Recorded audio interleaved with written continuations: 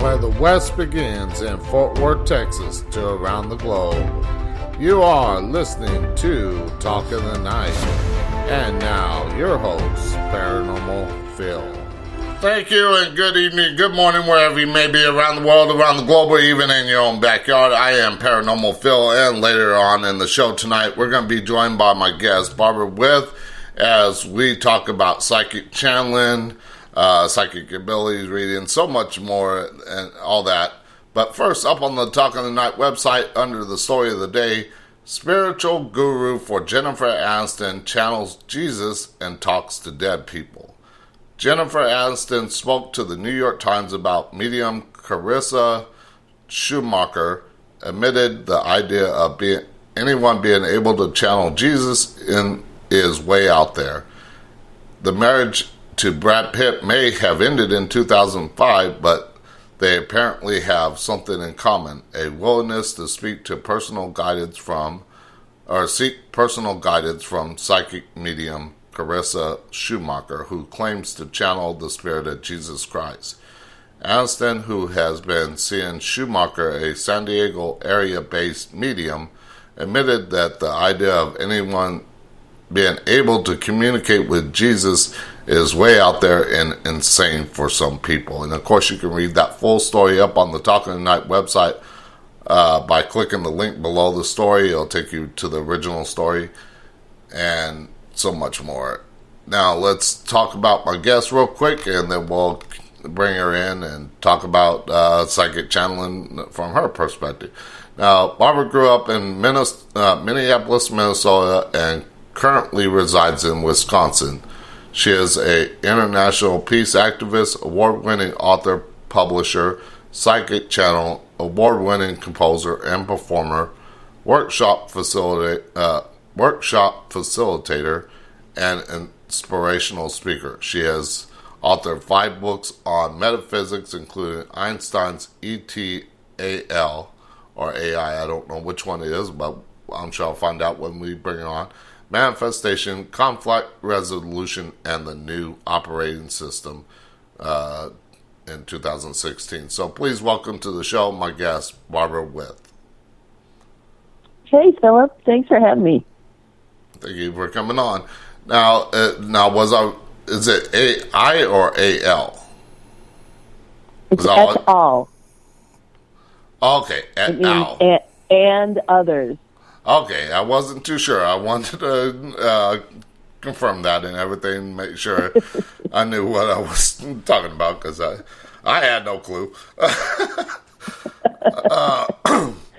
So tell the listeners a little bit about yourself other than what I read there. Well, as far as what you read there, that's so interesting that somebody who would channel Jesus would be considered crazy, because don't most of the people in the Christian church channel Jesus? Well, anyway. Yeah. Just the thought. Yeah. Well, I didn't start out to be a psychic. I actually started writing music when I was very, very young, like 12 or 13. And I often described it as going out into space and hearing, kind of floating around and hearing the song and then bringing it back into form. Mm. So it was kind of the beginning of channeling for me. That's kind of the same process that I describe when I channel. Okay. But I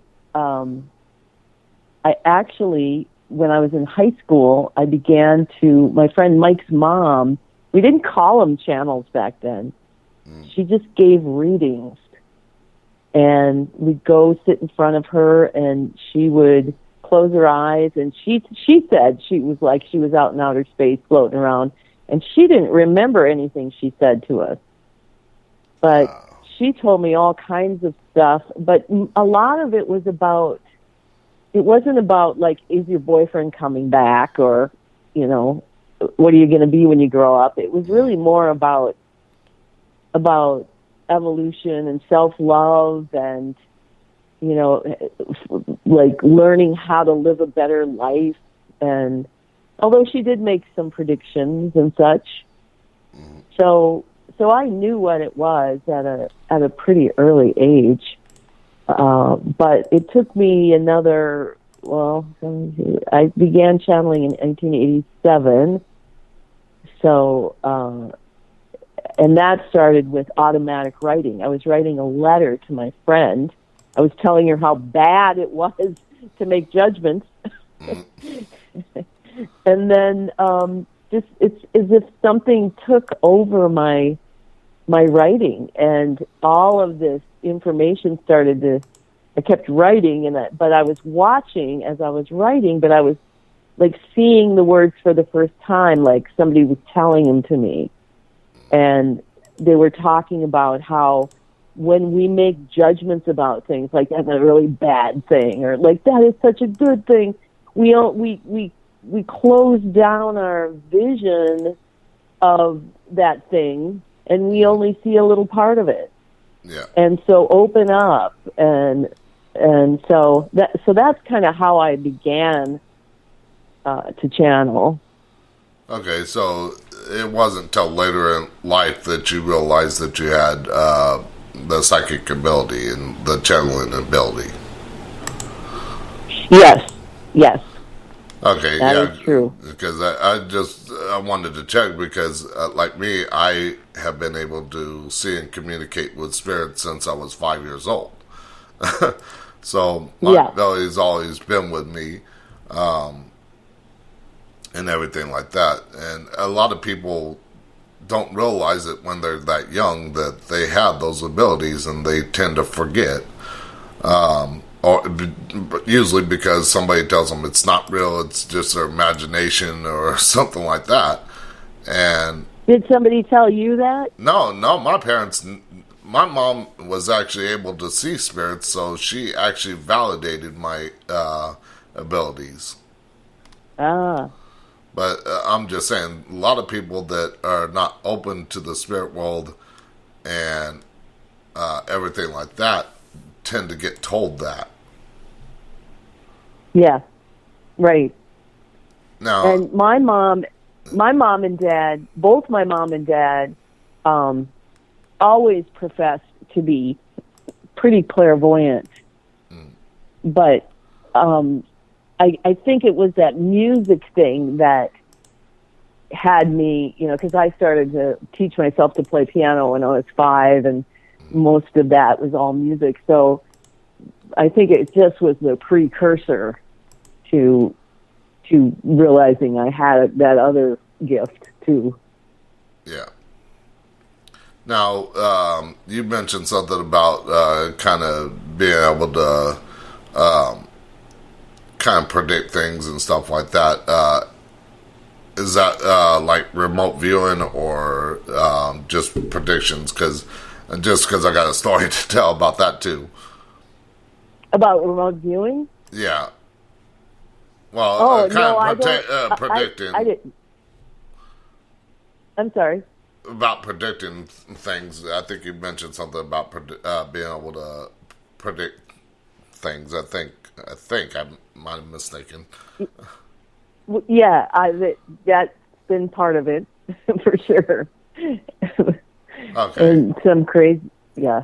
I just wanted, because, like me, most of my predictions tend to do with a lot of Mother Nature and stuff like that. Like me, I predicted the path of Hurricane Katrina, exactly where the eye of the storm was going to hit before it even hit Florida. So, and then, of course, I've seen other things like going to a house in Beverly Hills that I knew nothing about, but we were going there to do a paranormal investigation.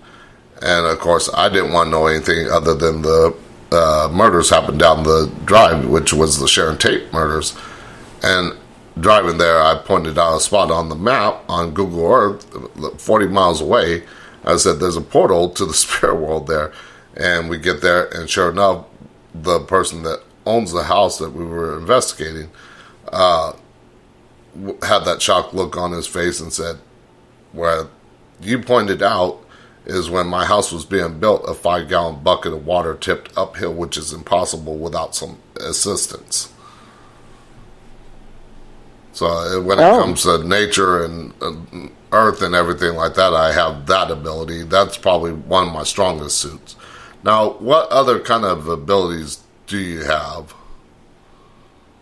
Well, my psychic gifts, the innate psychic gifts that I had, like just that kind of knowing, like I remember very early on in my young adult years, before I actually started channeling, I knew my friend was going to get divorced. It was just like a whoosh, I know this is going to happen. But then I started to read tarot cards, and that was not as, for me, it was not as a predictive tool, like to tell people predictions as much as it was to look into their psyche to see what was going on with them.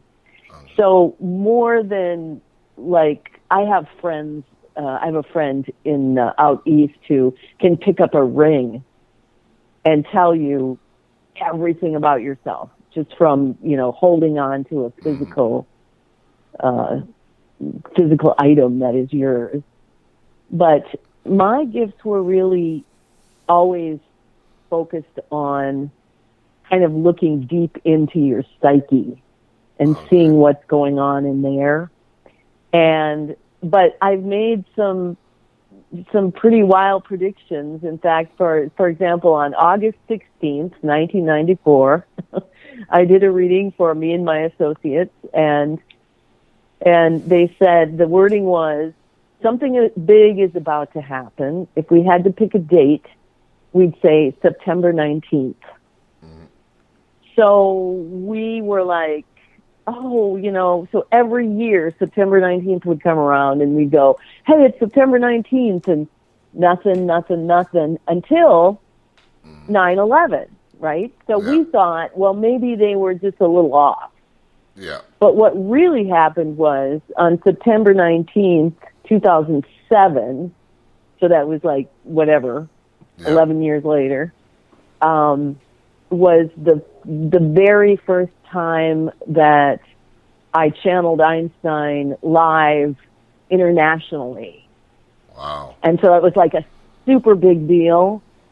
And so, but then there's the time that I was newly, let's say I was sort of newly aware of my psychic abilities, right? And I'd met some friends for drinks, and I was telling them that I had started to channel, and all this stuff was coming out, and people were starting to come to me to get readings. And they said, well, what can you do? And the waitress walked by, and I said, excuse me, do you have a boyfriend? And she goes, yeah. And I said, is it really kind of off and on, like when you're going towards him and he's going towards you? And then I proceeded to tell her this whole thing about, well, you guys are going to break up, but you're going to stay friends, and then there's this other guy who's going to come, and you've known him before, but you haven't been close, and it's going to be like this and this, and blah, blah, blah, blah, blah, blah, blah. And you can say all those things, but you really don't know. You really don't know until it happens. You really don't know that you can predict where Hurricane Katrina's eye is going to be until it actually goes to that spot. Yeah, right? I tried to warn people, and nobody would listen, but they all were in shock when I was right. But right, but yeah, you had to have that happen. So what happened in this case was a couple of months later, I was in that same restaurant, and I sat down at the bar, and I didn't even recognize her. And she went, oh, my God, you're that woman. And everything right down had come to pass, and the breakup and the friends and the guy and the family and everything. I've had this tendency more to want to use my gift for a kind of a different thing, for this greater message that's come through with Einstein. Yeah, and of course, every psychic is going to be different. I don't prefer to use the word psychic because it generalizes everything. Whereas me, I use a different word. I use a hyper empath, just because I'm more empathic, intuitive than I would consider myself psychic. But well, what do you? How would you then define psychic? Right? What is it? Are there special? Well, terms? There's different terms that people use, like clairvoyant, clairaudient, clairsentient, and the list goes on and on. So it generalizes, conglomerates everything. I don't really care to use that too much. I mean, I'll use it, but I won't. I just don't care to use it. But even though I can see spirits, I can communicate with them. I can hear them. I can smell the smells. I can feel their presence. Another thing I'm good at is reading people. That's one good. That's probably one of my strongest suits, also. Yeah. So now I wanted to ask you, because I know you mentioned it was later in life that you start noticing your ability, but have you ever seen a spirit or all your life, or has it been later in life, or not at all? It was later in life when I started to when I started to channel. I used the description that my friend's mom in high school used, because she never saw spirits or called herself a psychic or a channel. She just said that she was like this giant antenna, and she was picking up my higher self and then communicating it back to my human mind. So there weren't angels or dead people or anybody else. It was just that way. And that's how I defined myself until I decided in 1993 that I wanted to try to channel some groups. I had been doing private readings for that whole time, since I started in '87. And I'm a big fan of Jane Roberts. If you're familiar with Jane Roberts' channel Seth. I think I've heard of her. Yeah, she did the Seth material, and the Seth material was really a lot about the construct of reality more than it was about, again, someone's boyfriend coming back. Yeah.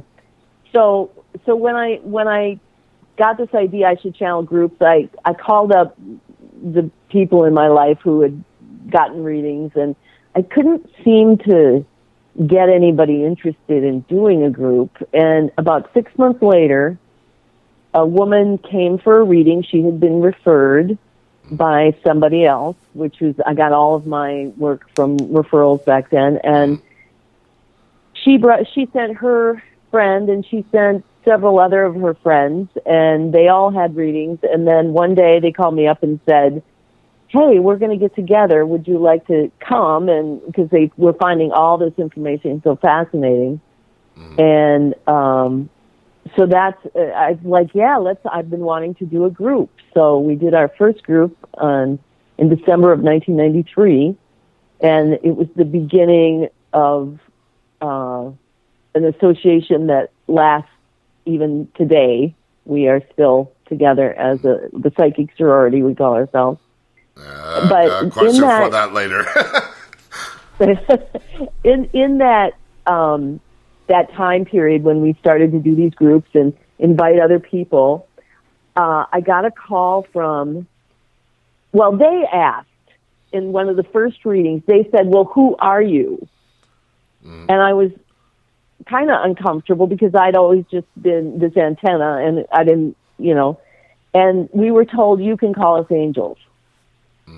And that didn't sit well with me either, but, I don't control what's said. Yeah. And it turned out this was a very appropriate thing for them to tell us that. But in that time period, I got a call from a woman who had gotten my name. I was in a band at the time, and my guitar player had given my name to this woman he was in class with in college, and they were doing she had to do a story to take some old event and look at it in a completely new way. It had nothing to do with psychics or any of that. I think it was a sociology class maybe, but so she decided to take this old unsolved murder that had taken place in her hometown when she was 12 years old and ask a psychic to come and see what they said about it. And so it was in that group that I did that we kind of realized, and Kim and Teresa, my psychic sorority associates, came with me, and it was the next day we realized, wait a minute, you were talking to the dead people. Mm. And that was like the first time I realized, oh, I can talk to dead people. Right. And from there, then it was that the dead people would come to me and say, I need to get a message to my son or my daughter. And I would always say, well, you put me in front of them then. Yeah. And every time there'd be something that happened, and there I was in front of them. And so that's really how I began to learn that I could have that particular skill. So it was more of kind of a telepathy type, the voices kind of coming into your mind, the third eye and everything like that.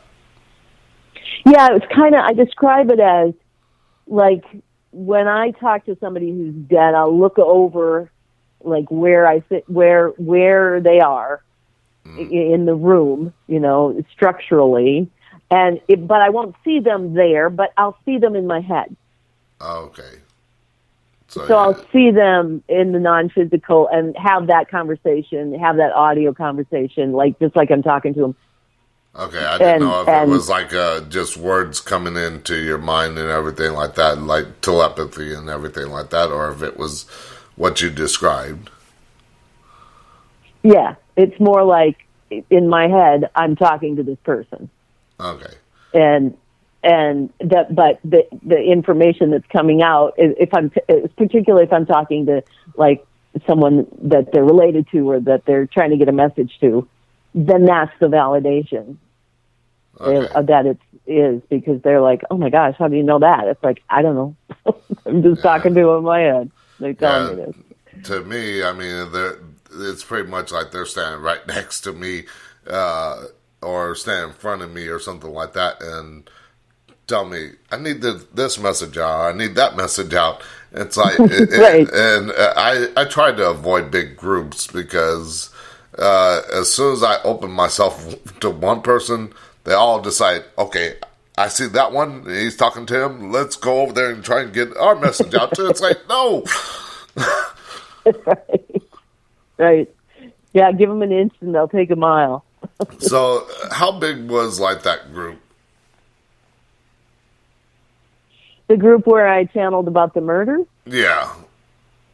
Oh, that was just the woman and my guitar player and my two associates. Oh, okay, so it wasn't a big group. Okay, just wanted, because like I said, when they see one person doing it, the rest of them like to come in and do it, because that house in Beverly Hills that I talked about, we had a psychic medium there that did seances.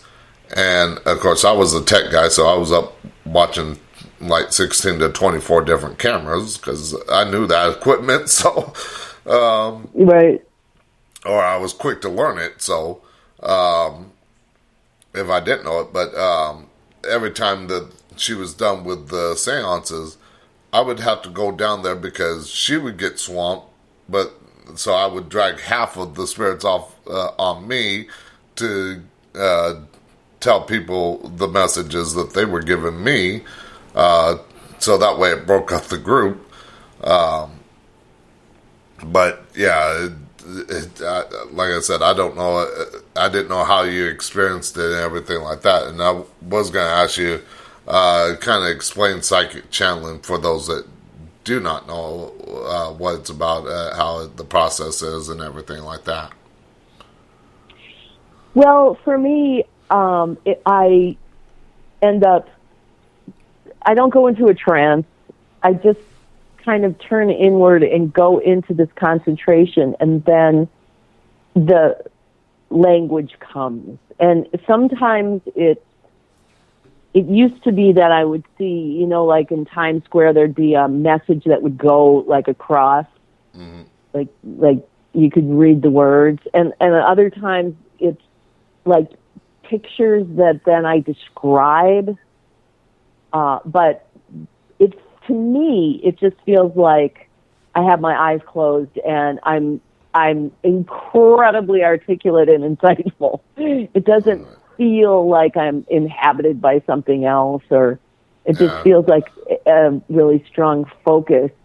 Yeah, and of course everybody sees like the movies and kind of has that idea, like in Ghost or something like that, where they're coming into the body and speaking and everything for them. So that's why I wanted to clarify, have you clarify it. Sometimes it's like that. Sometimes it's, especially when I'm channeling Einstein, it's very much like he's right in there and he is using my body and he is talking. And other times I feel like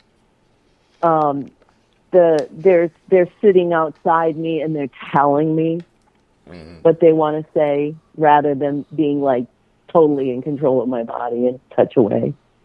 Okay, yeah, because like I said, a lot of people think like psychic channeling is like I said, from movie Ghost, or like some charlatan of the 1800s or something like that would do something like that, or say they did something like that. I'm not saying that's you, but I'm just trying to give somebody's perspective. If I can talk. Okay. No, those spirits keep going like, get your message out. That's right. But anyways, no, I wanted to have you clarify it because, like I said, some people might say, well, this person's doing this the wrong way, or it's not real, or something. Like I said early in life, when most of us lose our psychic abilities, or not lose them, but forget them. I don't want to use the word lose because we never lose them, but we forget them. But a lot of people have this preconceived notion of what it's like. So I wanted to have you clarify that. Now, you mentioned that mentioned Einstein. Has there been any other like famous people that people might know that you have channeled? Yes, in fact,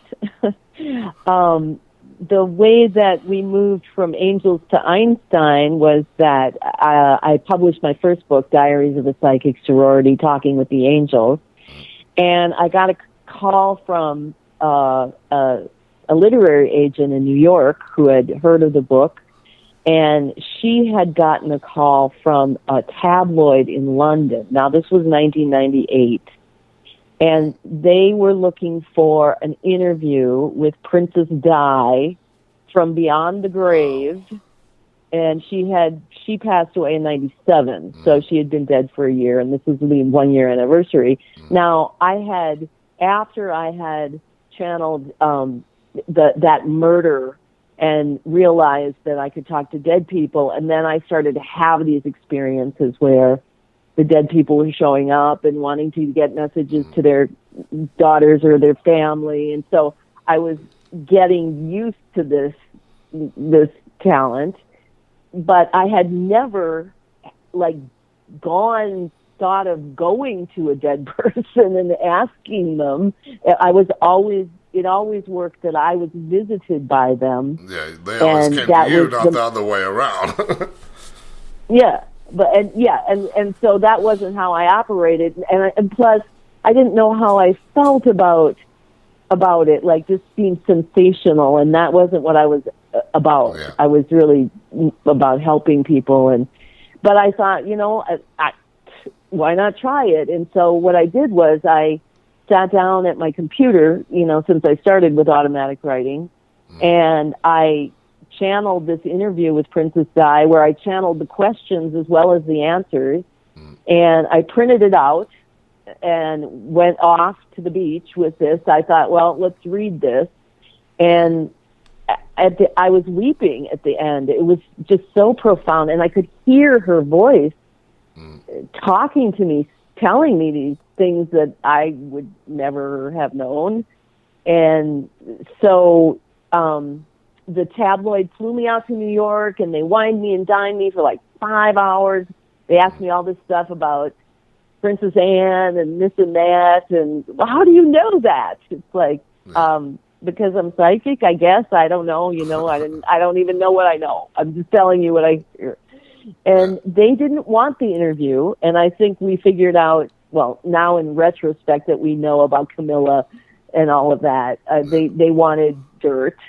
But the literary agent said, if you can do that with Di, who else can we do? Yeah. So we made a list of people that we thought were interesting. The second one was Nicole Brown Simpson. Okay, well, I want to talk about that after the commercial break, but we'll be right back after this short commercial break with my guest Barbara With as we talk about psychic channeling, Einstein, and so much more. We'll be right back. I don't have another moment when you're not around. I know you're my ray of light. Somehow I have lost your sight. I have got mysterious ways to bring you back into my life. And I'm gonna make you mine. I'm gonna make you mine. I'm gonna make you mine. I'm gonna make you mine. I'm gonna make you mine. I'm gonna make you mine. I'm gonna make you mine. When there's a shadow, it gets cold. It's so gloomy when you're gone. Oh, I will wait till you're back. Then the morning light will break. And I'm gonna make you mine. I'm gonna make you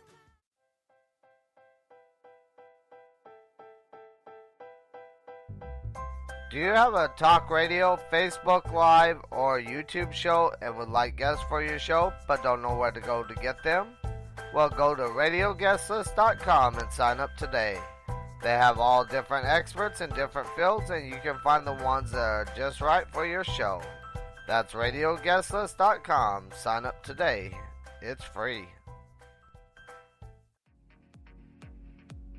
To advertise on Talk in the Night, send an email to talkinthe.night@outlook.com. Talk in the Night has plans to fit your budget. Get your product or business heard around the world by the Talk in the Night listening audience. Plans include 30-second spots and banner ads on the show's website and mentioned on the social media sites. So get your product or business heard around the world today.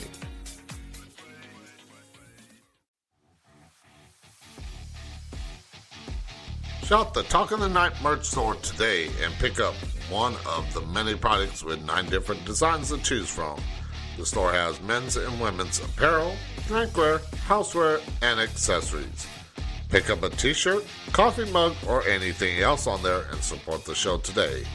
Go to talkinthe.night.com to find a link to the merch store.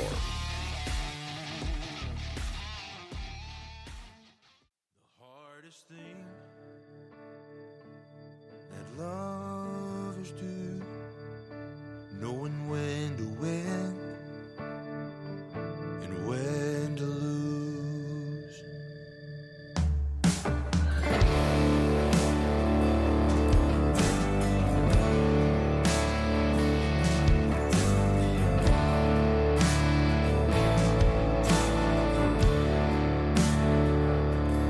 I won't watch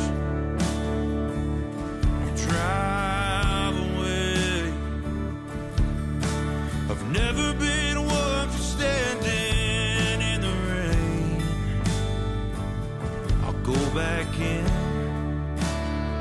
and lie to myself. And now, back to Talk of the Night with your host, Paranormal Phil. Okay, and we are back with my guest Barbara with us. We talk about psychic channeling and so much more. Now, before the break, you were talking about channeling Princess Diana and talking about not wanting to really cause dirt and everything like that. Did anything ever come of that, or just never went anywhere with it? Well, the tabloid didn't want it because it didn't have enough dirt, but it really was the basis for my second book, which is called Party of 12, The Afterlife Interviews. Okay. And so she was the first one of those 12. There's actually 13 people in it, and including Jesus, by the way. So, but Nicole Brown Simpson was the second one, and I guess that was surprising to me because I think up until that time I had this idea that when you died, you went, you were all at peace, yeah. And clearly she wasn't at peace. Yeah. So that was really insightful, and she went into this very intricate, deep explanation of how OJ got to be how he was, like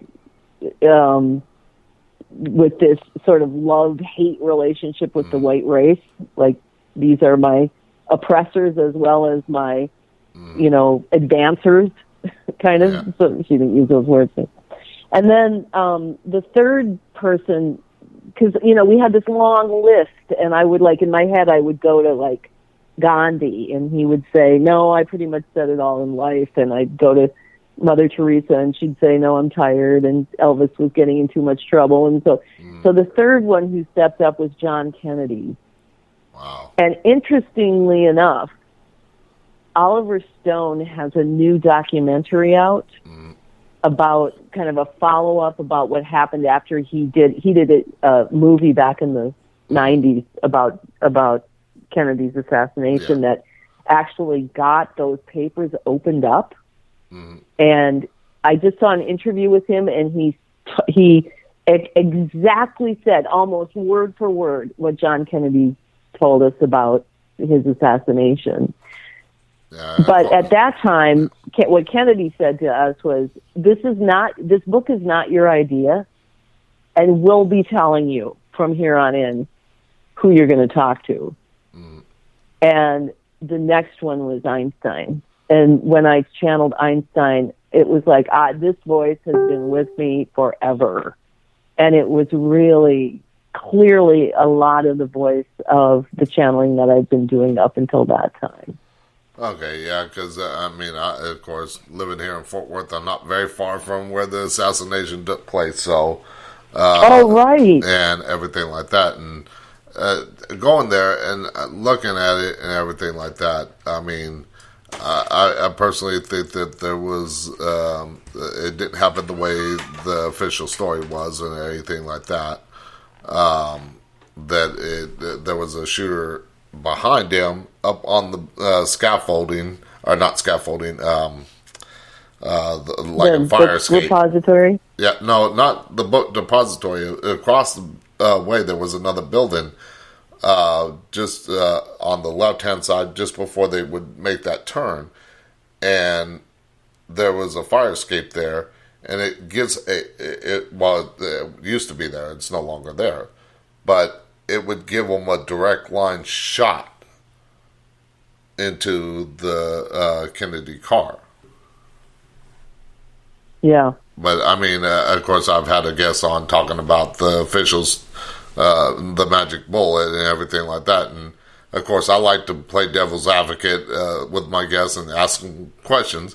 I was like, could it be possible that there was another shooter there that had a direct line shot? And, of course, he did not want to hear that. He was stuck on the official story. But, I'm open to bringing out different conversations and stuff like that, trying to get the correct answer and everything like that, and give people options to be like, okay, maybe there was another shooter or something like that. So, I didn't know if he told you anything like that. Oh, yeah, quite a lot of detail about that. And like I said, Oliver Stone, in an interview I saw about a month ago with him, described the whole thing pretty much as it was described back in 1998 to me. And in fact, he said when he was talking about how his movie back in the 90s got them to open up the Warren Report or the papers or something. Yeah. And he said the picture of Kennedy's brain, it was intact. It was completely intact. So clearly this was not the brain of the guy who had just gotten shot. Yeah. And there was just so much in there that was contradictory to... Oh, yeah. Well, our government and other governments around the world keep a lot of secrets. I mean, look at how long it took them to release the thing about Roswell. I think it was last month that they finally released that Roswell, there was a UFO crash after, I forget how many years, but that was 1947 when it crashed. And their official story was a weather balloon or swamp gas up until last month. So, I mean, they hold on to a lot of information. Now, like we were talking about Princess Diana and the dirt and everything like that, and it made me remember that I never really channeled anybody. That's not my ability. But I was at a gravesite of somebody famous, in a sense. I mean, unless you knew who the Earps brothers were, you wouldn't know. But I went to the grave Morgan Earp, and I said, I didn't open myself up to the spirit world that day because I was like, I'm in a graveyard, and there's going to be a lot of them here. So I was like, let me just break out the digital recorder. And I asked who fired the first shot at the OK Corral, because I wanted to know. I wasn't looking to cause any controversy or anything like that. I wanted to know for my own personal thing. And I got the answer back, Wyatt did. So I was like, I could take this to Tombstone, but all the Clantons lived there, and that would cause a big old ruckus there. So I was like, no, I'll keep that. And of course, I lost the file in a computer that crashed. So I was like, no, that was a perfect thing. Geez. So it's just a personal story, but I was like, darn, I wanted that so bad. But that's probably the closest dead famous person that I've been to, other than maybe Sharon Tate and that, but that's about it. Now, go ahead. Oh, I was just going to say that in the course of doing this book, which it took me a month to channel these 12 interviews, and was being told Sigmund Freud, who I knew nothing about, and then learning that in real life, Einstein and Freud corresponded quite intensively on the topic of how would you change humanity so that things like the Holocaust and World War I and World War II wouldn't have happened. How would we change the human psyche? Which is a lot of then what the work that came out of this project went on to do, which is what conflict revolution is that we developed. But anyway, so yeah, and then Anwar Sadat, I knew nothing about him, but he was also, he was killed by Osama bin Laden's people. So there just was a lot of interconnectedness with the choices of those people. Yeah. Now, you mentioned conflict resolution. What is conflict resolution? Revolution, sorry. Conflict resolution is the process that arose from those first initial channeling sessions that turned out to be Diaries of a Psychic Sorority, Because what they told us, I start in the beginning when we did the first group, it was all about culture. It was all about how culture gets programmed into you, and how we're programmed to think less of ourselves, and how they're here to help us, erase all those thoughts and create these more self-loving thoughts, etc. But it turned out that after about the third session, we did 6 master sessions, I realized, wait a minute, they have this all planned out already. And they were here and they told us, we're here to teach you step-by-step instructions for world peace, one person at a time, starting with yourself. And we need people, humans, to test this revolutionary process that we want to see if it works on conflict. And in order to do that, they had to test it on live, real conflict. You couldn't, play the part of somebody in conflict. Yeah. And so between the 3 of us, we certainly had conflict. And we were able to, from the very beginning, sort of grope our way through, having conflict and then going, well, wait a minute, they've been telling us how to deal with this in a new way, and let's get that transcript, the first fight we all had. And from there, it really started to develop as I and my associates would apply these new worldviews to our actual conflicts. And I'm going to tell you the very most first profound thing that made it revolutionary to me was they said, if you're involved in a conflict, the root of that conflict, your root, is within you. And I was someone who thought, like most of us do, that somebody does something and it causes something, and so now we're engaged, like we have to have this fight with them. And what these angels, or later on the party, was trying to tell us was that it doesn't work that way. Mm-hmm. It's that you have the conflict within you, and if you go into your own self and resolve it there first, then you're going to have an impact upon the arena in which it's playing out. And that I developed that and started training it in 1999 and doing workshops with it, and have taken it all over the world. And it's really revolutionary the way that it works.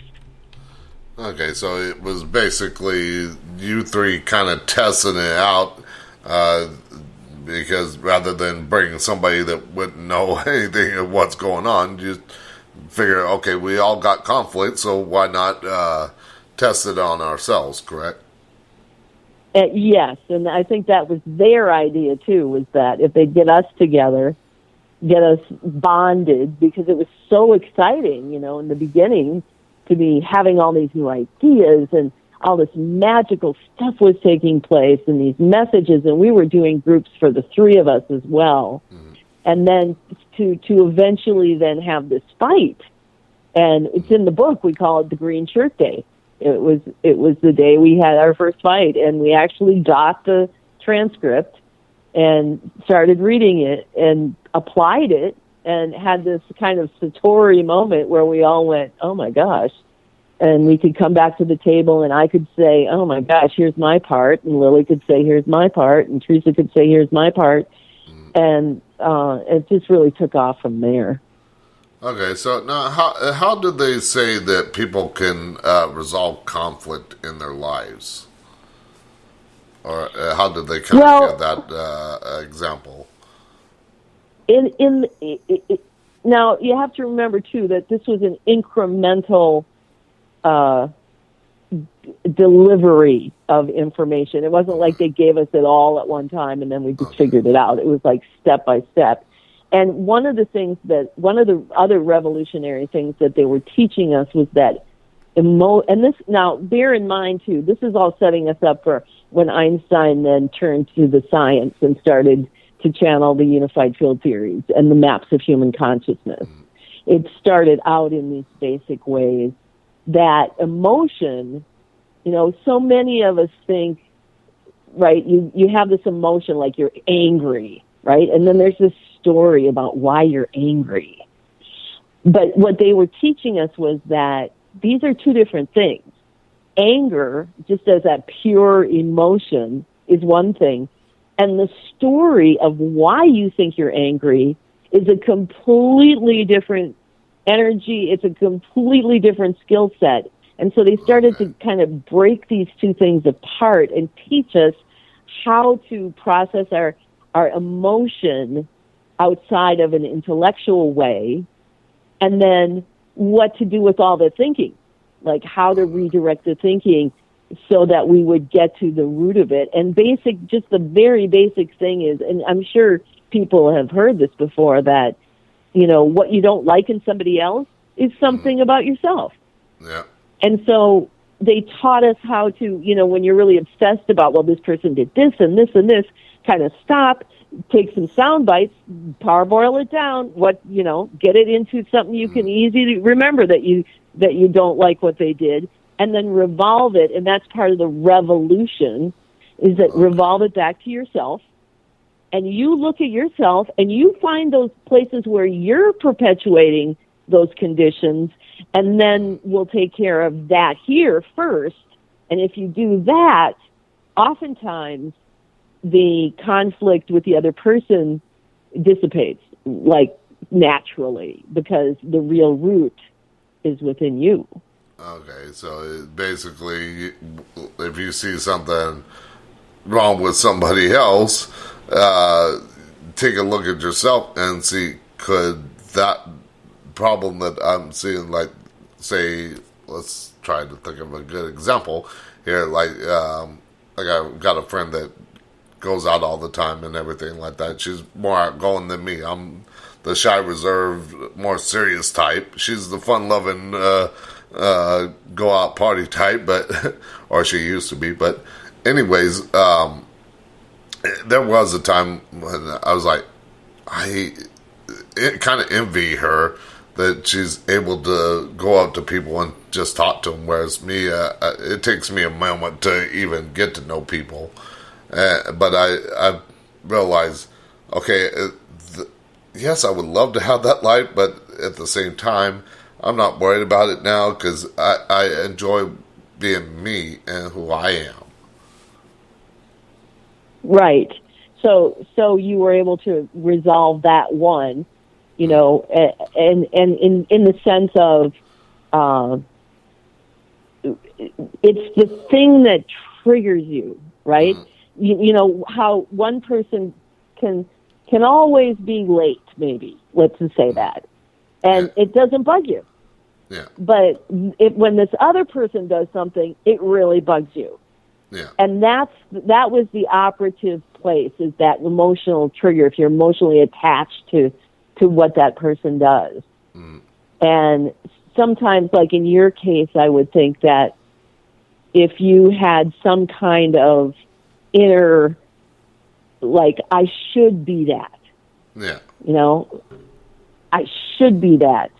And then you realize, well, wait a minute, however long it took you to transition to, no, I don't, I can resolve that conflict within me. Yeah.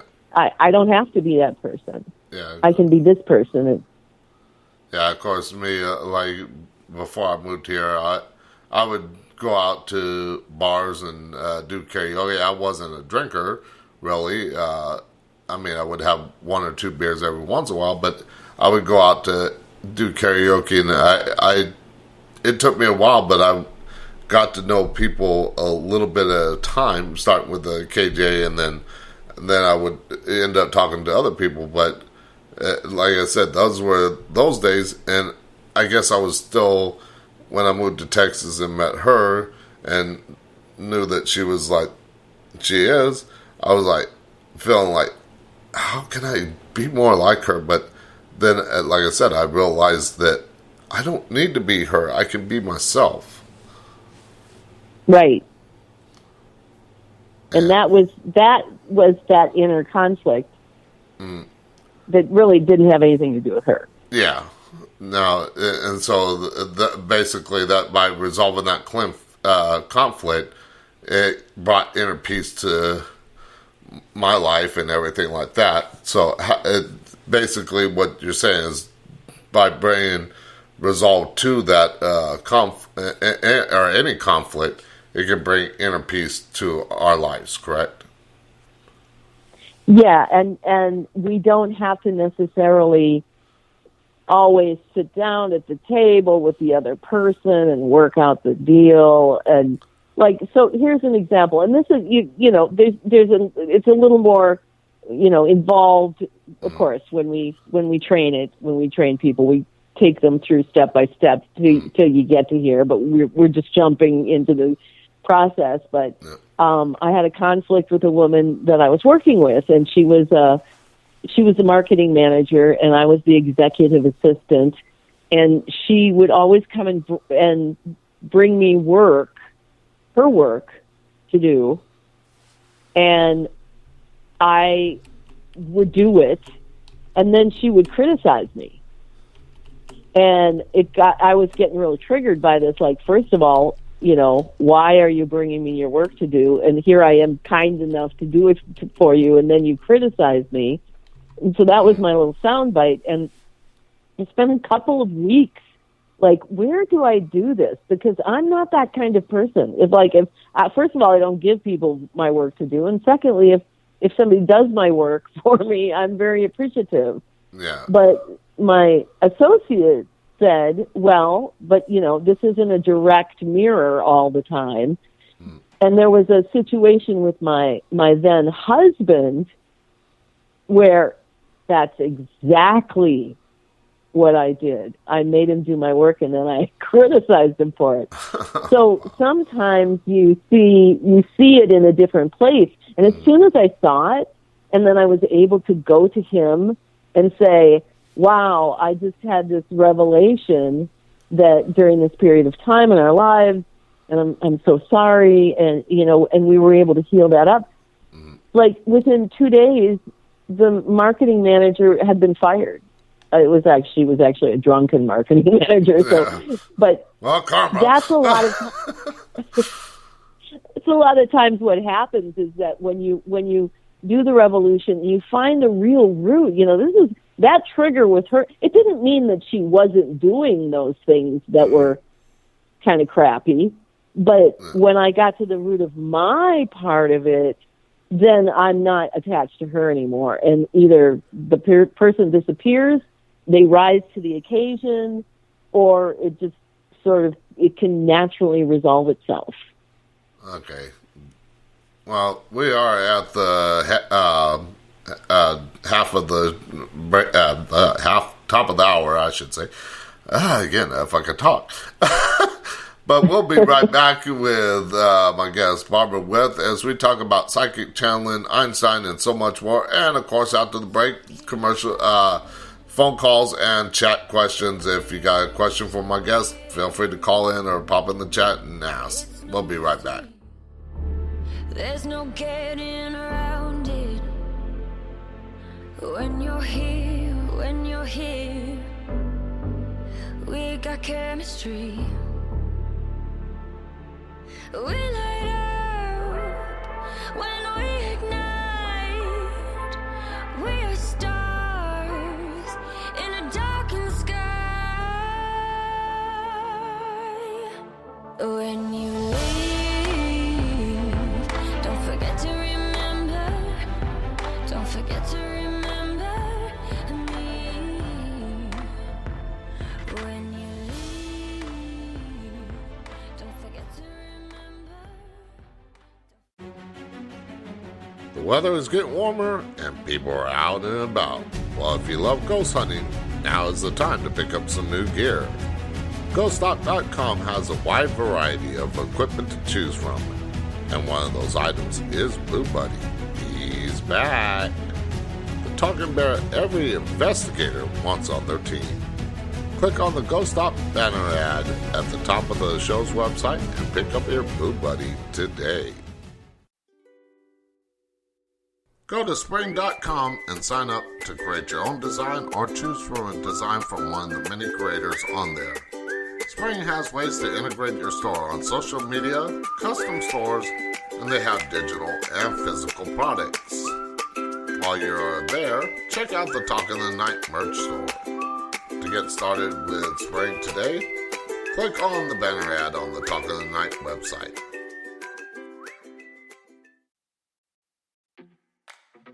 Go to the show's website and click on the links for each of my guests and purchase a book or other product that they may be promoting. Without them, there would be no Talk in the Night. Whether you're interested in the paranormal, conspiracy, technology, health, relationships, or any other topic the show covers, my guests have something for you. Check it out today on talkingthenight.com.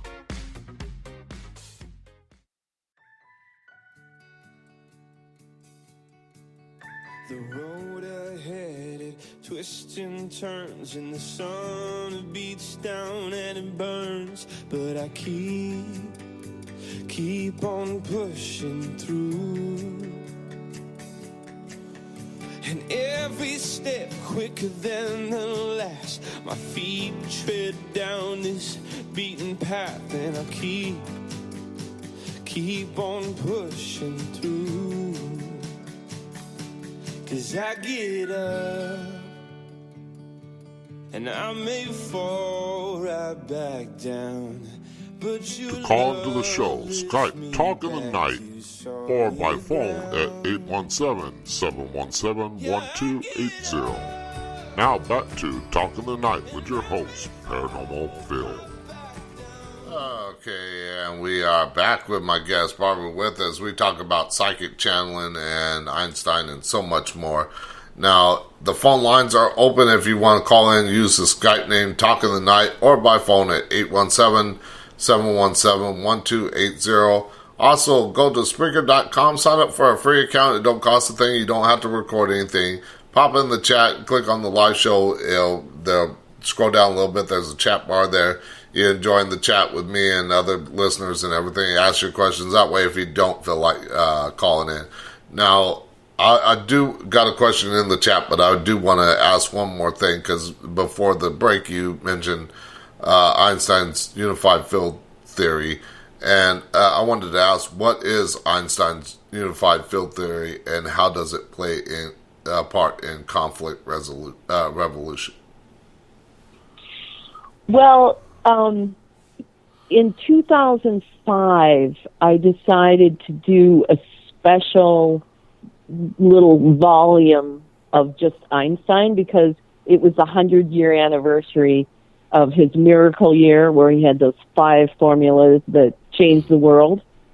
And from that work came an articulation of his unified field theory. And for those who might not know what that is that science has been looking for the theory of everything, and it's still not quite here yet. Well, we have it, and it means that on the tiniest little level, that you need to have a theory that matches how things look on the macrocosm as well. So the microcosm and the macrocosm. And his unified field theory that came through me and is in that first book, Imagining Einstein, Essays on M-Theory, World Peace, and the Science of Compassion, basically says that the center of the source is within the center of the earth, and that at the one of the major revelations about it was he defines compassion in a scientific way as the 5th fundamental force of the universe, as the intelligence that is impelling the creation of matter, using the other 4 fundamental forces one step at a time. And then he laid out the maps of how that happens, how it, from the center of the earth, from the void of nothing, a compilation of consciousness is formed. And, compassion with a compass A compass is a tool that draws circles. Yeah. And so compassion impels energy to step out of the nothing and create these spherical domains that surround all the mathematics, like your compilation surrounds everything that you're experiencing. Mine surrounds everything I am. And then those become waves that move from the center of the planet up to the surface of the planet. It creates the lens, which is where your body is the projector and as well as the perceiver of the universe. But that wave continues on out into the heavens until it meets up with the Earth's electromagnetic field, and it gets pulled back up into the North Pole and back down into the center of the Earth. And that's the spinning string of M theory, the string theory that they talk about. And so it's there's a lot more that I can say about it, but that's but the compilation of consciousness operates that way, as well as the Earth and the universe.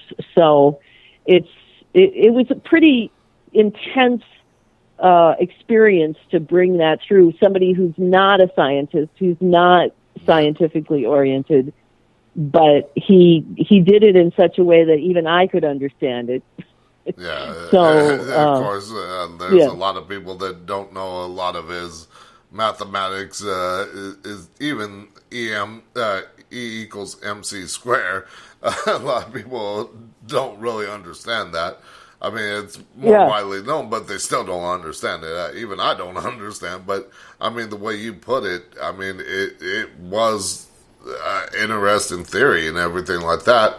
And I never thought about it something like that. Yeah. Now, go ahead. Oh, I was just going to say E equals MC squared in the sense that energy equals mass times the speed of light squared. So if anything, material at the speed of light it turns into energy. Mm. But then if you and again, I am not a mathematician by any sense of the word, but if you divide energy by the speed of light squared, you get mass. Mm. So, anyway, if you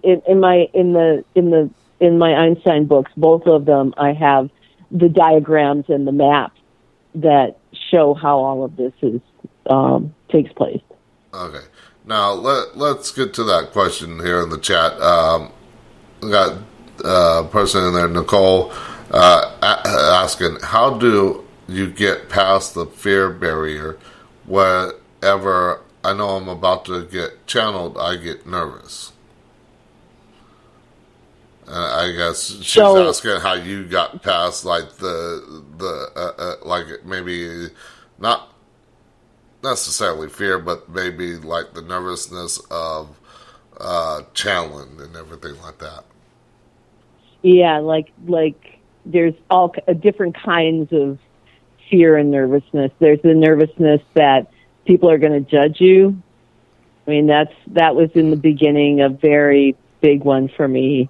That, people are going to just think I'm crazy. And then there's the fear of, what am I doing? Mm.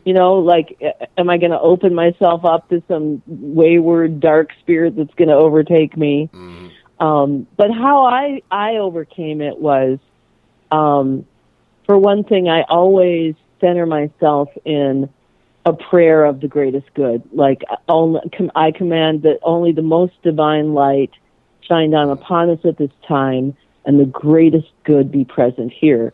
So that evokes an opening door of that only that highest good coming through. Mm. And as far as the other kinds of, the fears of not being right, am I making this all up? Are people going to judge me? I had to go through quite an intensive training program in the beginning of, learning what was my ego and what was really channeling. And it was hard because the ego lessons were cringeworthy, but it helped me learn how to get out of the way, how to get my ego out of the way, and then how how to be an open and objective channel. And then it's kind of like we were talking about in the beginning, where you can make this prediction, but until it comes true, you just don't know if you're right or not. And so you kind of have to just take that chance and then see, and really have a open mind about understanding that we all have egos, and how are you going to get that out of the way, and how does that feel, you know? Yeah, because like me, I know when I started in the paranormal field and stuff like that, I started in 92 when it wasn't widely known as it is today. So, I mean, I had to overcome the fear of people thinking I'm crazy for being able to see spirits, to the fear of going out and do some an investigation at some place, and people think, oh, well, of course, I still get that to this day, but people think I'm practicing witchcraft or messing with the occult or something like that, and it's just not the case. But that's what they think. That's not what is real. But to each their own. But anyways, it took a while for me to overcome that fear. And of course, like me, I used to do cleansing of homes from darker entities and stuff like that. And I would go into a location and make sure that I was surrounded by a bright white light, and also go in there with no fear, because if I'm trying to clean a home of a darker entity or a demon, whatever you want to call it, I want to make sure I got that white light. I want to make sure that I have no fear, because if they don't see that white light, or they sense that little bit of fear, they're gonna mess with you on that aspect. Yes, and in addressing, Nicole's question, this is what helps us grow, right? Facing the fact that people are going to judge us.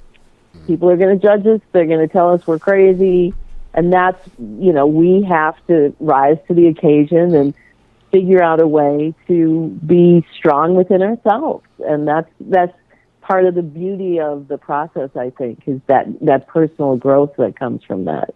Yeah, because like I said, I meant I've had people that I call Bible thumpers that say, "Well, you practice witchcraft, because I tell them I'm wicked," or they say you're messing with the occult. I turn the Bible back on them, or I used to turn the Bible back on them, being like, okay, well, does the Bible not say, "Judge not, lest you be judged yourself," or "He without sin cast the first stone"? But nowadays, I just look at people like that and be like, hey, that's your belief. If you want to believe that, fine, but that's not the truth. And if you're willing to talk with me and understand, I'm willing to listen to your side if you're willing to listen to my side, and try to bring that conflict resolution to fruition. Yes. And of course, I got people that are in the Christian faith, and they're people that like, do you want to hear our story? And I'm like, yeah, if you're willing to listen to my side and everything like that, and they're willing to listen to my side and understand, and we both come to an understanding. We know we're not going to agree with everything, but we're learning about each other rather than butting heads and saying, you're wrong, you're wrong, you're wrong, you're wrong. Yep. And isn't this the greater lesson of, beyond even the paranormal? Life with varying perspectives, How are we going to all live together? Yeah, and that's how I tried to live my life now, is try to see other people's point of view, but at the same time don't go back on my point of view unless they have proof of their claim and everything like that. But I mean, I still don't. I'm not judging anybody for their points of view, but I'd rather, like I said, seek out the truth. I'd rather understand where they're coming from, and hopefully they do the same for me. Yes. Yeah. Now, I want to ask, what are the 3 dimensions of human consciousness? I think I saw that somewhere on one of your sites. Oh, the 3 human dimensions. Emotion, intuition, and intellect. Okay. And those are the 3 aspects of human psyche that make us human, actually. Okay. Yeah, because I saw that somewhere when I was typing the questions. I was like, this would be an interesting question to ask. Yeah, and they work together. I used to travel all over the world and present the maps of the unified fields and the maps of human consciousness, and especially the human intention, the human psyche. And it's just a fascinating theory of emotion being, we think of emotion as feelings, but in the Einsteinian work with a capital E, it's really kind of the primordial soup of creation. Like, it's deep within the center of the earth. It's very close to the source, and it's what is going to be the basis of the physical world. And I remember early on when we were long before I even knew I was talking to Einstein, the angels used to tell us that everything has emotion. The chair has emotion. The bed, the table, and in this theoretical physical way, emotion flowing then up the wave takes that second step, and it evolves from 1 emotion to 2 intuition. So now we have emotion, and now we have sound, the voice of emotion, impelling us onward to take the next step for it's called the next most advantageous step for the good of the whole. And then the 3rd dimension of intellect, that's the descriptions and the things that are going to take all that and make them into those hard objects. So there's a lot more to it, but they all work together to then help us actually have this experience of being human in this physical world. Okay. Now, we talked about the psychic sorority and everything like that earlier. How long, I don't know if you mentioned how long you all been working together. I know you mentioned about the conflict and everything like that you had, but how did you come together and how did you start that project?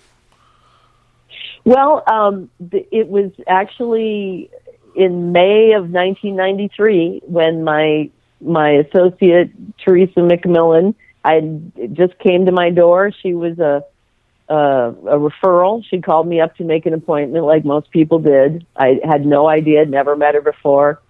And she came to my door and she had a reading, and she sent all these other friends of hers, including Kim Phelps then, who was her best friend. She came later in October, and they just were on fire with this information. And up until that point, I had been giving readings for 7-8 years, and people would come, and they would come regularly. They'd come every few months or every 6 months.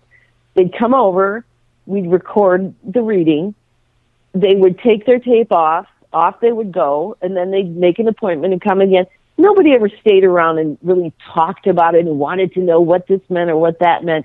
But here was Kim and Teresa. They were coming to my gigs, and they were calling me up, and it's like, well, what does this mean? What does that mean? And so they got all that kind of curiosity going. And so by the time we did our first big group, we had already, been kind of tossing around these ideas and what does this mean and what does that mean. And that was, the first group was in December of 1993. And like I said, we're still together. We've been through almost 30 some years of fighting and making up and evolving and, coming back together, always doing the work, applying what we know. And it's not always easy and we're not always doing it perfectly. And we've each had, breaks from each other, but we always come back stronger. And we finally have come to a point in these past probably 3 years where there is no more conflict between us. Wow. And if there is conflict between us, we each immediately do. She does her work, and I do my work. We don't have to like fight and then figure it out. Like, okay, what's my part? And it's really it really is miraculous. Yeah, I mean it's great when people can come together and work together and stuff like that, because, I mean, personally, like, when I go on investigations, I don't like to be around other people just because if I'm doing an EVP recording, I don't want to get sound from other people, or even though I tend to trust my abilities more than I trust electronic equipment, because I know that ain't going to fail me. I ain't going to get a false voice on a digital recorder, or a false reading from a K2 meter or something like that, even though I know what to look for. But I don't know why it is that I prefer to be by myself. When I used to do investigate, I've been retired from the field about 6 years, even though I still talk about it, as you can tell here on the show. I still, I'll still, if people have questions about the paranormal, I'm willing to answer their questions or help them if they do have a cleansing that needs to be done, which I can do remotely, which that took me a while to learn how to do. But yeah, I did one cleanse of a home. I was out in California and the person was in New York, and I was able to do the cleansing just by seeing pictures and talking on video chat, just to be able to see the location that way. And then I could be like, okay, I see the spirit right there. Because a lot of times I can't, I don't know what it is. I just cannot really see them in my mind like you were talking about. You see like Einstein and stuff like that in your mind. I don't see them that way. I see them as like living human beings like you and me. Right. Yeah. Well, see, I'd like to see that. Yeah. It's an interesting thing to see. I mean, like the Beverly Hills house that I was talking about, he has the spirit of Jack Johnson. And one time I saw him pacing back and forth and staring me in the eye.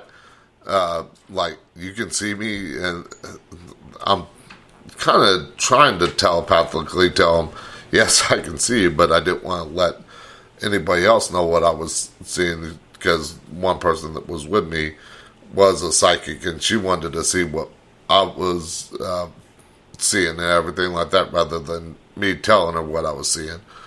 But he kept pacing back and forth and kind of leaning in, looking me in the eye, like, you can see me giving that vibe off to me. But as far as hearing him speak, no, I never heard that. But that's just the telepathic way I saw it.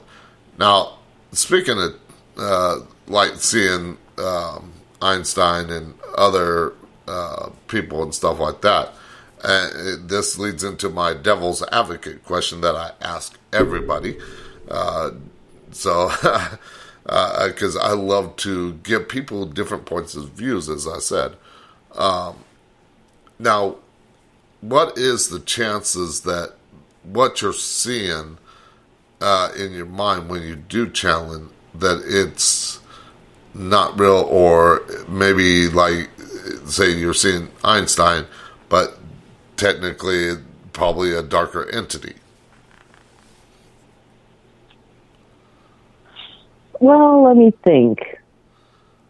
I think the chances of that in this particular case are, for me anyway, I think it's rather slim, and that's based on the information that comes.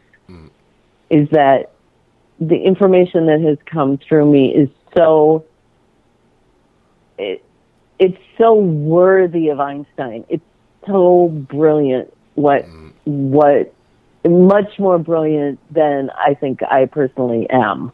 I'm a smart person, but it's and like when early on when the girl said, "Who are you?" and they said, "You can call us angels," and I was like, "What?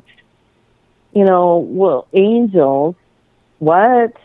Yeah. But the way that everything is framed is so compassionate, and yet it's like, when somebody that you trust and that you really love and trust, and you can be vulnerable with them, and they can say things to you that maybe somebody else can't because you love them and you trust them, and they say it in a way that really isn't hurtful, but it is helpful.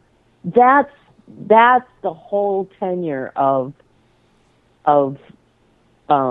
the information that comes through me. Now, with that said, another person in Party 12 was Hitler. Yeah. So that's an interesting one there. Yeah, and that was the test for me of, when they said, okay, because, right, they said, you're not going to pick, we're going to tell you who, and the next one is Hitler, and I had to go like, oh my gosh. It's like, why do I want to talk to him? Is that going to be dangerous to me? Is that going to be, but in taking that chance, I learned that hell is not a place. It's a condition that, he's in hell because of what happened in his life. That wasn't going to affect me because it wasn't my bad karma. Yeah. And by doing that, I learned a lot. And, I did that interview in 1998, and at the time it was so controversial. I mean, it even had Kim and Teresa, like, backing up a little bit. Like, I don't want to be a part of this. Right, yeah. But now, now that we've been through the past, 10 years, where evil in the world has been, it's walking around on the streets. We don't have to be afraid of it in the spirit world. Yeah. It's crazy. So I was really happy to have learned a lot about evil from that interview. But I think it's a good question, though. I think it's a question that we need to ask ourselves all the time is, how do you know? How do you know this is Einstein? How do you know this is Jesus? How do you know that? Yeah. And honestly, and maybe you'll have a different perspective of it, but it's like, I know, yeah, but I can't, until I'm dead and with the party, I can't guarantee you that that's what it is. But, yeah, and that's what I was talking about last night when I had a guest on from the UK talking about life after death, and I was like, we're never going to really know what's on the other side until we actually get there, because we were talking about, because it's got a novel out that talks about, what if we could 100% scientifically prove that life after death exists? And of course, I asked my devil's advocate question of him too. Does it? Yeah. But But yeah, I mean, we're never going to really know until we actually get to that side. Now, there are people that have had near-death experiences or out-of-body experiences, and I think that's just one part of it. But to actually know what's on that other side, I don't think we're ever going to really know until we actually get there. Yes, we can hear from spirits and other things like that, but I believe to each person that has passed on is going to have a different experience, a different tale. Like Wiccans, we believe we go to a place called the Summerlands. I mean, which could be construed as heaven, but I mean, it's just a construct belief and everything, or at least that's what I think. Yeah, I agree, and I also think that it's I believe that there is that energy continues on, and there is life after death. But I don't think, in any stretch of the imagination, could I ever really know. In a way I can't even imagine, because it's so much bigger than what we have here right now. Yeah, I want to continue talking about that after the commercial break. We're at the last commercial break of the night, but we'll be right back with my guest Barbara With as we talk about psychic channeling, Einstein, and so much more. We'll be right back. Be here at my shoulder, be here at my side, be here when the cold night falls and in the morning light, be here in the autumn when all the colors call, be the burning memory of all the summers gone.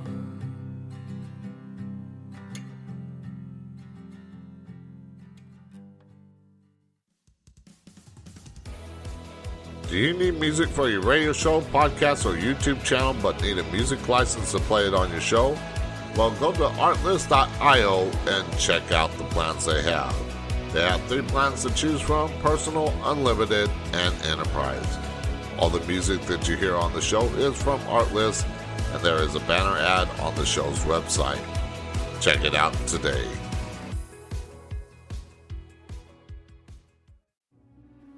Do you love the strange, unusual, and weird unexplained mysteries? Do you like reading about the paranormal and other happenings? Well, I have the website for you, unexplainedmysteries.com. On there you will find so much, such as the latest news and articles, forums, news with video, and so much more. That's unexplained-mysteries.com, or you can click on the banner ad on the show's website to take you right there. Do you love history? Do you wonder what happened on this day in history?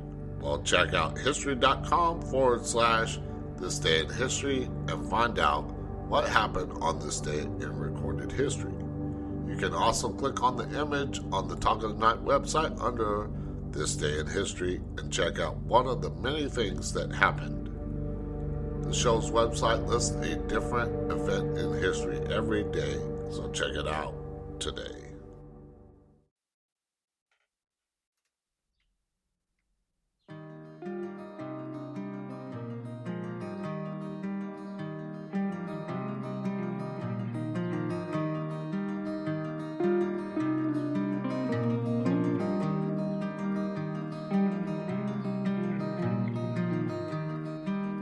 I know your face so well, but I can tell that it's changing.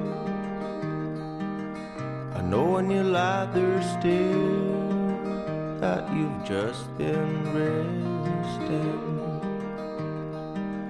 We get along so well. To call into the show, Skype Talk of the Night, or by phone at 817-717-1280. Now back to Talk of the Night with your host, Paranormal Phil. Okay, and we are back with my guest, Barbara With, as we talk about psychic channeling and Einstein and so much more.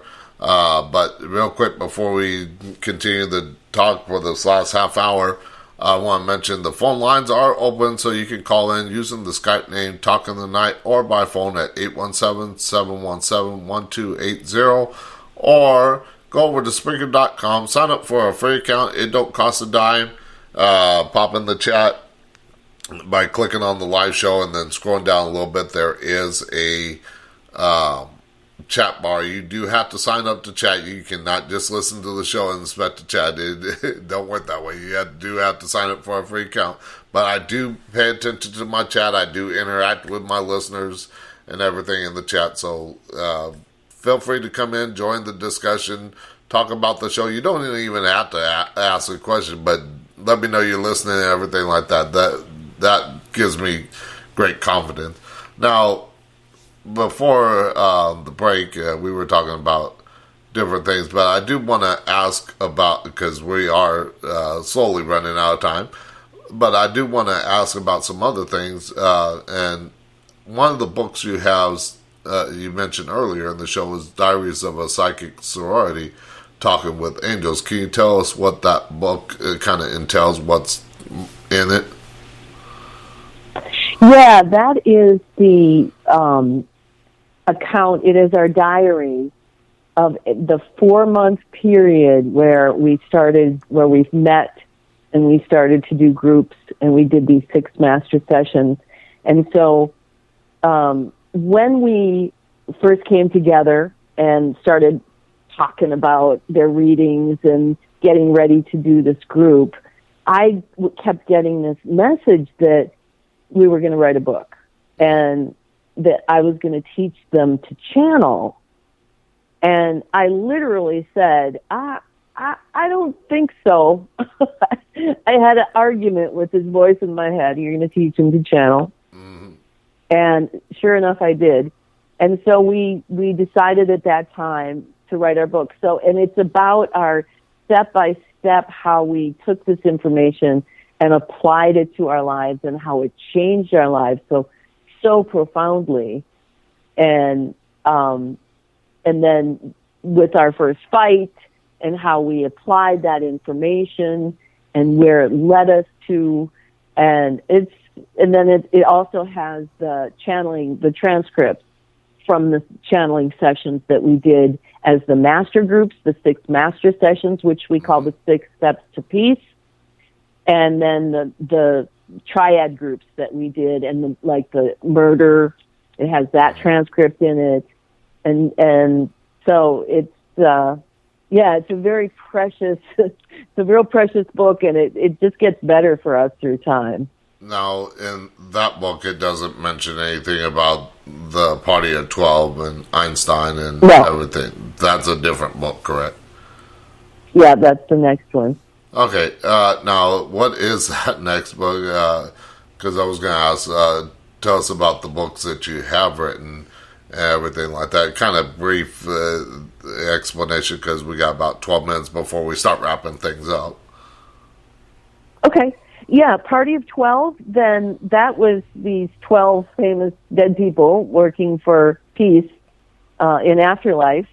And like we've already mentioned, John Kennedy and Diana Spencer and Nicole Brown Simpson, Albert Einstein, Adolf Hitler, Marilyn Monroe, Sigmund Freud, Jesus, and it was introduced by John Kennedy Jr. after he passed away. And then after that, I did Imagining Einstein, Essays on M-Theory, World Peace, and the Science of Compassion, and that was really the first time we took a scientific turn into it. And then my next book I wrote was called Party of 12 Post 9/11, because that was I had to write my autobiography. It was just too sort of convoluted of a story. It's not like I woke up one day and said, I think I'll channel Einstein. It was a really kind of long, intense story. So that's my autobiography. And then Einstein et al., Manifestation, Conflict Revolution, and the New Operating System. I put out in 2016, and that was kind of a much more in-depth look at the Imagining Einstein book. It goes much more in-depth about the unified field theories, and then it also is a complete guide to conflict resolution. Okay. And so that's those are 5, right? Okay. Those are my 5. Okay, yeah, I think that was 5. Now, you mentioned peace and everything, but how can we work with the afterlife to bring about world peace and everything like that? Did they give you an idea on how to do that, or? Well, it starts with each individual. And I firmly believe that if everybody in this world would do conflict resolution, if everyone in this world would stop looking outside themselves and blaming the other person, or claiming the other person's at fault for the conflicts in the world, and really start to look at themselves and look at their own conflicts. And the beauty of the maps of human consciousness is that it gives us a little roadmap for how to go inside ourselves, and little practical step-by-step instructions for what we can do. Like, for example, feeling and breathing, rather than thinking about your emotions, to actually get into the breath work and to release that emotional stuff, to look at our own selves. And instead of blaming, that person they do this and they do that, well, turn that finger back to yourself, discover, witness yourself, and then change yourself. And that's where it all is, it's all going to come from. Yeah, of course, there's always going to be the evil people out there in this world and stuff like that want to do harm, want to control everything, mainly the elites of this world. But but Jehovah's Witness told me that the most profound thing, she was telling me all about it sounded like the end times. And I was like, Sister Reynolds, this is horrible. There's all these evil. What are we supposed to do? And she said, be a good person. Yeah. So while there's always those evil people out there who are going to be doing those things, don't be one. Yeah. Yeah, don't stoop to their level, basically. I mean, that's why, even with political, and I know this ain't the conversation for tonight, but this is another show. Don't get me started. Yeah, but I don't subscribe to either political party, because I know they're both working the same, in a sense, working towards the same goal. Absolutely. And so I tried to, like I said, tried to seek out the truth. I tried to open people's eyes and give them my point of view, but I also want to hear their point of view and everything like that. So that way we can probably find the answer. Maybe we can come together as people and defeat the evil that is in this world. But until we can figure out how to come together, like I'm talking about, it's still going to be that fight between good and evil. Well, and it's, just without getting into the political side of it, I can say that I had used to be a Democrat and Kim used to be a Republican.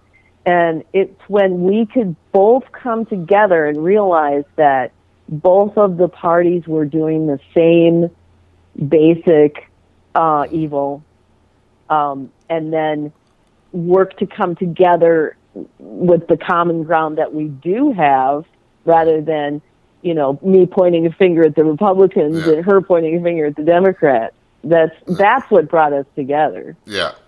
And it goes so much further. It could be like sports. Like my dad was a Longhorns fan. I was a Aggies fan. There was always arguments in my house. Even my roommate's a Longhorn fan. I'm an Aggies fan. That's like, there's always going to be that conflict there, but it's rival. But we make light of it and everything like that, and stuff like that. So I mean, like you said, that conflict resolution can help bring people together. Yeah, definitely. Now, I see that you do readings, or do you still do them, or... Yes, I do. Okay. I wanted to make sure because I didn't want to ask the wrong question and everything like that. But how much do you, for people that want like a reading, how much do you charge? I charge $159 for as long as we need to go. Okay. And you get a recording of it and follow-up. Okay, yeah, because I was going to ask how long do they last, because like me, I do have a page on Facebook where I used to do readings. I don't tend to do them that often, just because it takes a ton of energy to connect with the spirit world and everything like that. And I don't know if you find the same aspect in your readings, where it takes a lot of energy out of you to connect with the spirit world. It actually, I'm kind of an extrovert in the spirit world. It energizes me while I'm an introvert in real life. I mean, in physical world, being around real people kind of drains me, but it's the opposite for my reading. Okay, yeah, I think why a lot of times, sometimes it drains me of energy because sometimes they'll ask, well, can you have them move something? So I allow myself to be used as an energy force so they can manifest or use that energy to move something to prove that they're there. So I think that's why it takes a lot of energy out of me. But yeah, like me. Oh, well, yeah, telekinesis. Yeah. No, I don't do the moving myself. The spirit does that. I just allow them to use my energy. But right.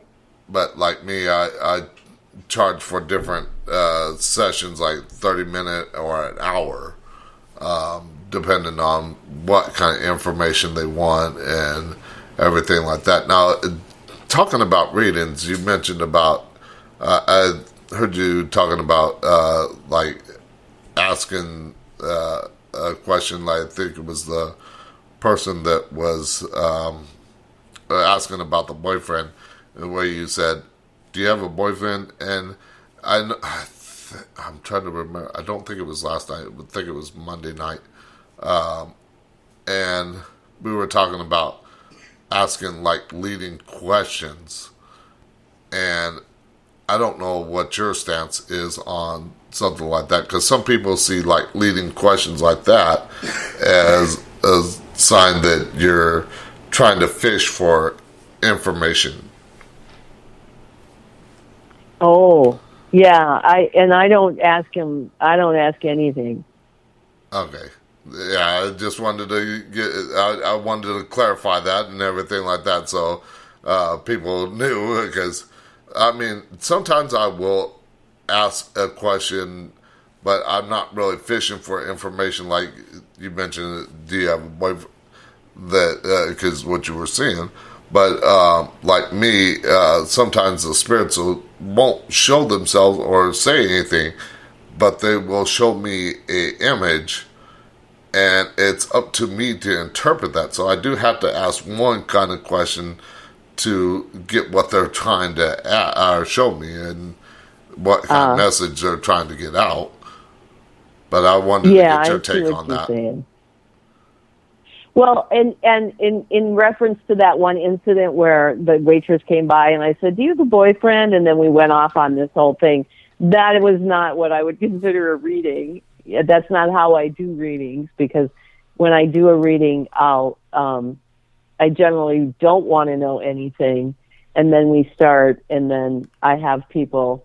The reading is more like, I call it the dissertation, where I ask you to sit back, empty your mind. We're going to record it so you can listen to it later. So don't, be worried, but you're going to take in this amount of information.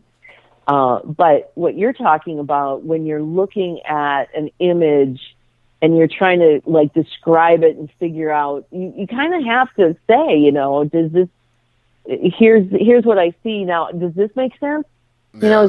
Does this Are we going somewhere here? Yeah. That I totally get. Yeah, like one person I was kind of doing a reading for after the seances that I talked about earlier. And I had one of them come to me, and they wanted to know if their family member was there and everything like that. And of course, like I tell everybody, no psychic is ever going to be 100% right, because if we were, we would all be millionaires winning the lotto every single time. And Right, exactly. Right. one of these times I want to do that. But no.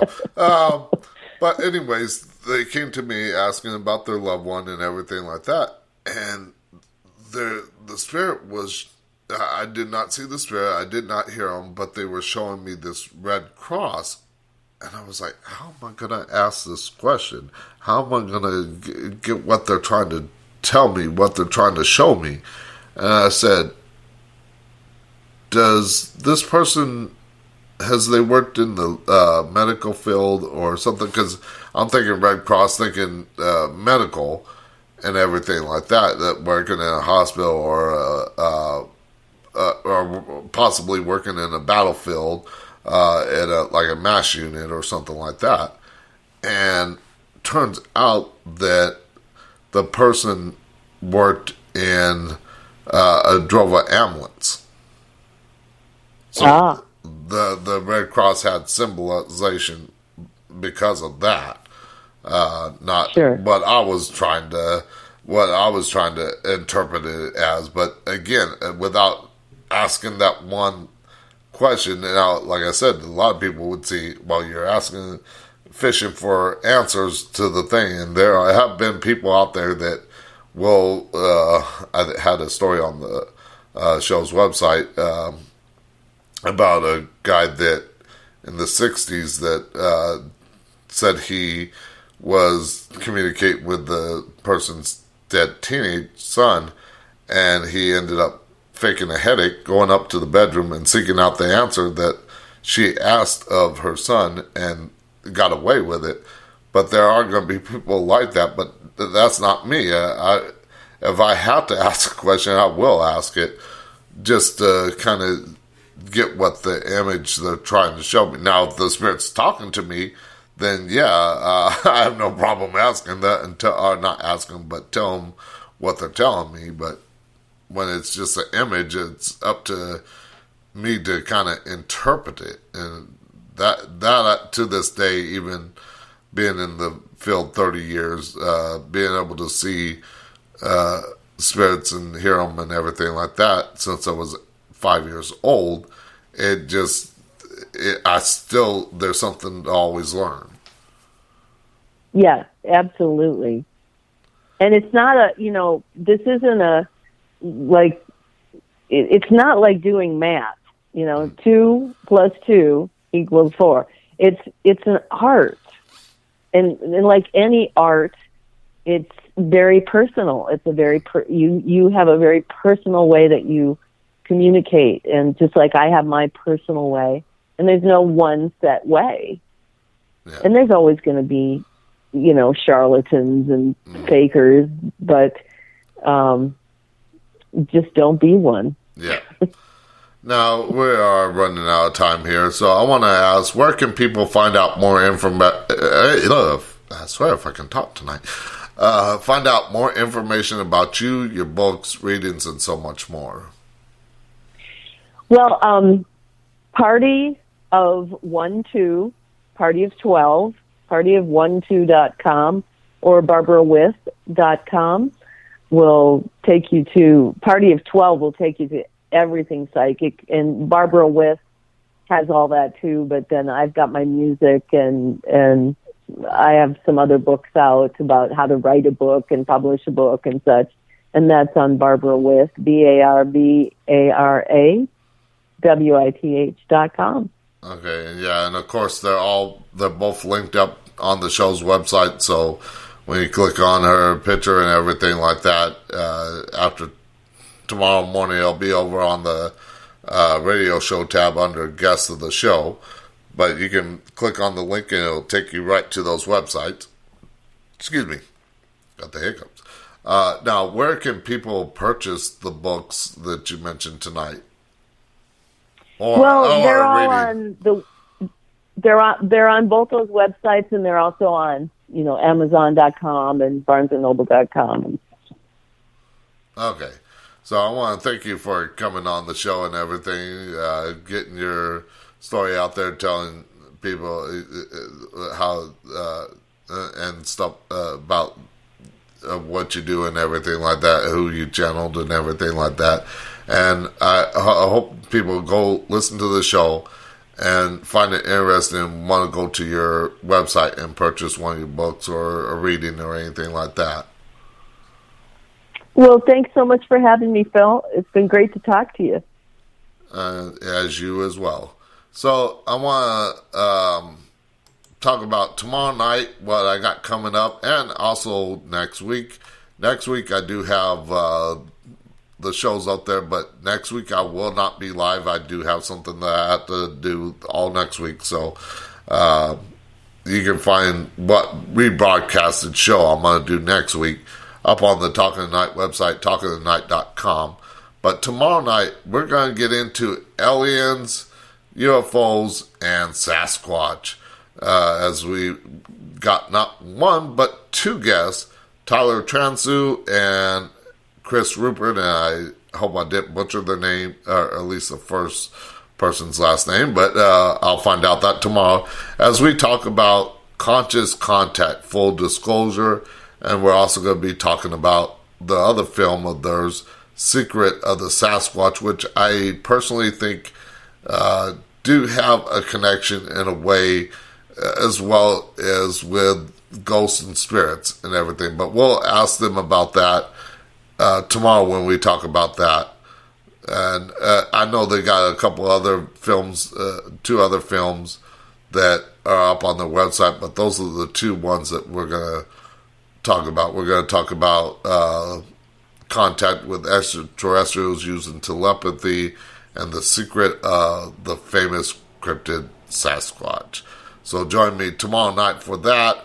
And then, like I said, next week, Friday night, of course, Friday night open lines where you can call in, share your stories, experiences, or questions about the paranormal or any other topic that the show covers. So feel free to pop in the chat or call in Friday night and ask away. I do have experience in more than one topic. And if I can't answer the question, you know that I will seek it out or tell you I don't know, but we'll get that for you.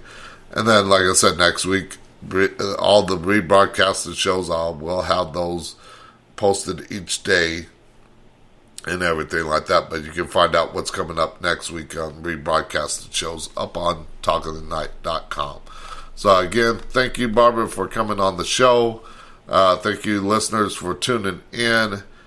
And until tomorrow night when we talk about UFOs, aliens, and Sasquatch, I shall see you on the dark side. Good night from Talking the Night.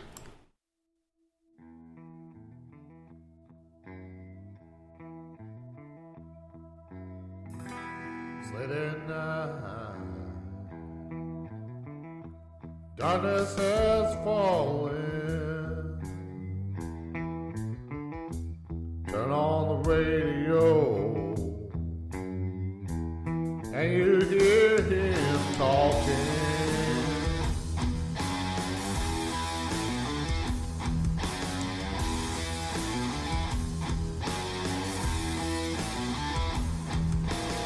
Listening to what he has to say. All about the paranormal and all of the things. When he sounds off, you can hear him say, see you on the dark side.